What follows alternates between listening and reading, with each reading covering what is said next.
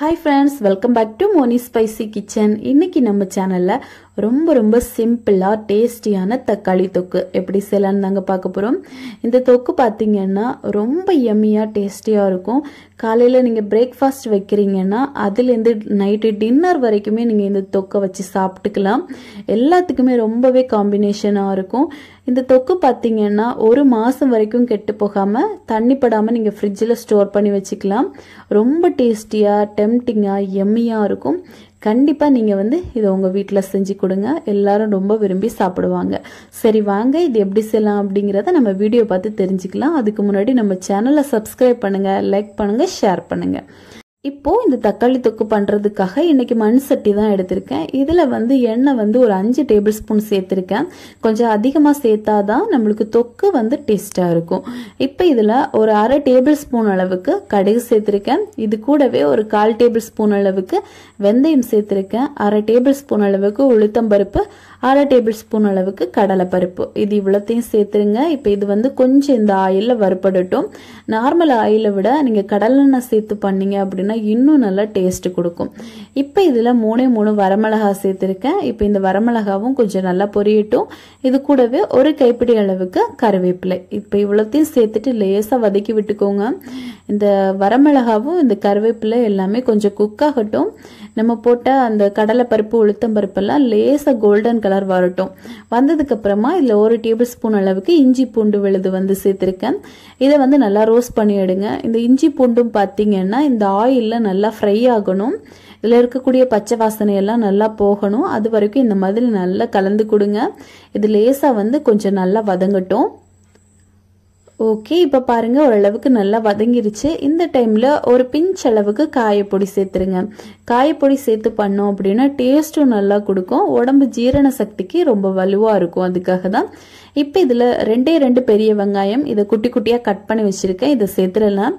நீங்க தேவைப்பட்டா நல்லா மிக்சியில போட்டு நல்லா அரைச்சிட்டு கூட சேர்க்கலாம். இல்ல அப்படின்னா இந்த மாதிரி சின்னதா கட் பண்ணி கூட சேர்த்துக்கோங்க. இப்ப சேர்த்துட்டு நல்லா மிக்ஸ் பண்ணி கொடுத்துட்டே இருங்க. இது ஒரு கண்ணாடி பக்குவம் வரணும். அது வரைக்கும் நல்லா நம்ம வதக்கி எடுத்துக்கணும்.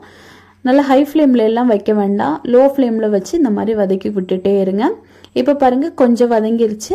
இந்த டைம்ல 4 தக்காளி மீடியம் சைஸ் தக்காளி தான் எடுத்திருக்கேன். இதை குட்டி குட்டியா சாப் பண்ணி இதையும் நம்ம சேர்த்துடலாம். தக்காளியும் அதே மாதிரி தாங்க. நீங்க குட்டி குட்டியா கட் பண்ணி சேர்க்க விருப்பம் இல்லை அப்படின்னா மிக்சி ஜார்ல போட்டு நல்லா கிரைண்ட் பண்ணிட்டு அதுக்கப்புறமா நேரடியா சேருங்க. தொக்குக்கு அது இன்னும் நல்லா இருக்கும். ஏன் அப்படின்னா இந்த தக்காளி நல்லா மசிய வேகணும். நம்ம குட்டி குட்டியா கட் பண்ணோம்னாலும் நல்லா மசிய வேகும். அதை விடையும் அரைச்சி போட்டோம் அப்படின்னா இன்னும் நல்லா வேகும். இப்போ இதையும் நல்லா இந்த மாதிரி மிக்ஸ் பண்ணி கொடுத்துட்டே இருங்க. இது கொஞ்சம் வேகிறதுக்காக ஒரு 1/2 டேபிள் ஸ்பூன் அளவுக்கு உப்பு சேர்த்துருக்கேன்.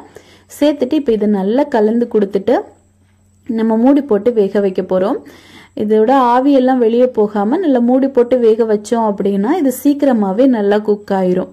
இப்போ இதை மூடி போட்டுட்டு ஒரு நிமிஷத்துல இருந்து ஒரு 2 நிமிஷம் வரைக்கும் நல்லா வேக விடலாம். லோ ஃப்ளேம்ல வச்சு வேக விடுங்க. இப்ப பாருங்க கொஞ்சம் நல்லா வெந்துருச்சு.